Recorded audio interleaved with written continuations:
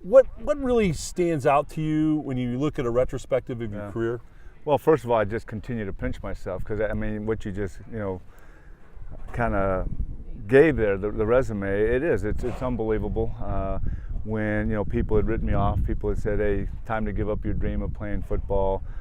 You should move on, do something else. And, God just gave me the passion and desire to rehab one more time my senior year after missing the entire season. And it worked out, playing in the Rose Bowl, the only game I played my senior year. And then Against Ohio State? Against Ohio State. They were 1, we were 3. We beat them, but then Bama was 2, and they win their bowl game, so we missed out. We finished 2nd. And a lot of people say that, oh, that was nice. That's a nice end to a story, and just move on. And but it was fun for me. I'd been married 2.5 years. My wife and I got married my sophomore year in college, and to get an opportunity to go to Cincinnati, all I wanted was a chance to go to a camp, NFL camp. Just let me see if I can even, just kind of compete on that level. Well, they gave me a chance, and I had 13 seasons of competing. But it really is. I continue to pinch myself because of everything I had the opportunity to experience. Anthony, who's the toughest guy you had to block? I know that's a hard thing, but the toughest guy for you to handle, for whatever they were bringing on the other side of the line. I mean, it's always tough because, I'll think of 10 guys right away. Right. But Selman Dean, but probably the best all around. When you knew he was a great athlete, but then he got into shape. He lost about 10 to 15 pounds and was an animal, played defensive line most of the time, played nose tackle, and that was Bruce Smith. I mean, the guy was just, you had to be in the right position, take the right step, not mess up every single play. And I probably played against him 5 or 6 times in my career, but he was the real deal. And of course there's other guys, Greg Townsend, who a lot of people don't know about, played on opposite end of Howie Long. Right. And Howie Long would come over there, and Clyde Simmons and You're Sean bucking some Jones. tough guys, I mean, it's just like Chris Dolman and Fred Dean, Chris Dolman, Fred Dean, Leroy Selman, they're all in the Hall of Fame, man. Yeah. So but it's, and then, the fun thing for me was early in my career, if you're a defensive end, I'd study you and we'd play against each other first, second, third down. Right. Well, now, several years into my career, you might be there first and second, and I'm like, where'd you go? Now they're bringing LT, Rufus Porter, Derek Thomas, and they're putting these 240-pound linebackers, which that's all they are now, but that was unheard of, so now I got to prepare for the 2, and that was another great thing to do, the challenge of blocking the big defensive lineman and then having to pass block the smaller, pass rusher. Anthony, you had a great offense in Cincinnati, and you protected. If you can't protect the quarterback, you know this, in the NFL, you ain't going to win. Right. If he's laying on the ground looking out through the ear hole, you're not going to win. And you were the great protector.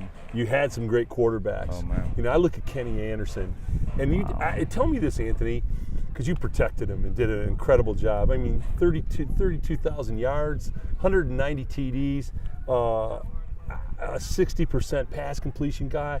He's a Hall of Famer. He's a Hall of Famer, Anthony. Easy. What's and with that percentage, 60, that might be even higher. I think it's a lot higher. There's one guy that I have been campaigning for every selector I talk to. Every time I get an opportunity on there, I'm saying, number 14, there's no reason why he shouldn't be in the Hall of Fame. One of the most accurate quarterbacks of all time. I mean, from tiny Augustana. Yeah. And he comes in, plays 16 years, two-time passing champion, MVP, and there was a couple times he finished second, but his stats might have been a little better. I'm right there with you. The guy should be in Canton. And we've put together an amazing campaign the last 4, 5, 6 years, and hopefully it happens soon because they should have Kenny Anderson in Canton. His bus should be in Canton. Anthony, I got to ask you, I watched this game on TV. You played in it, the Freezer Bowl against San Diego.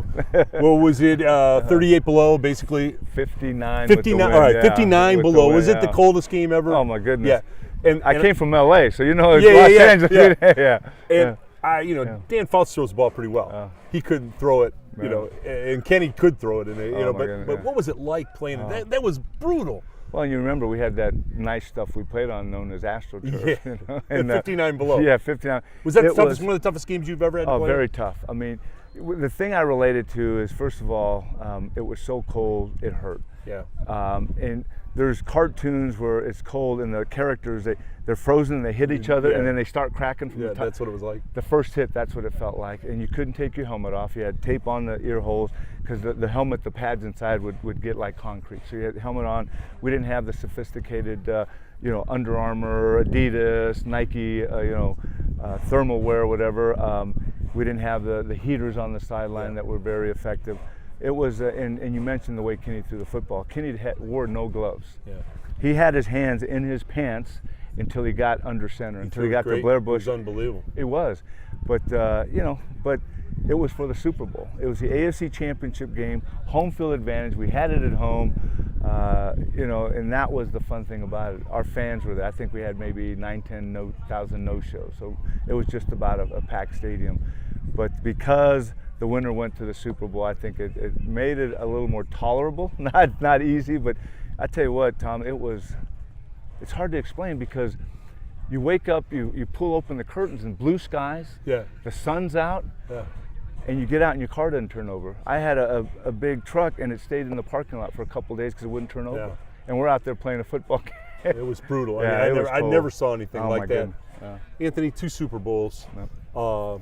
You guys had great teams, and Super Bowl experience. Even though you didn't get, you got there. Right. Is it a great experience for you? I mean, that's what you train the off season for. That's what you work hard in camp for. That's preseason, regular season. So I'm thankful I had the experience. I know we lost both games, and you'd love to win just one, both.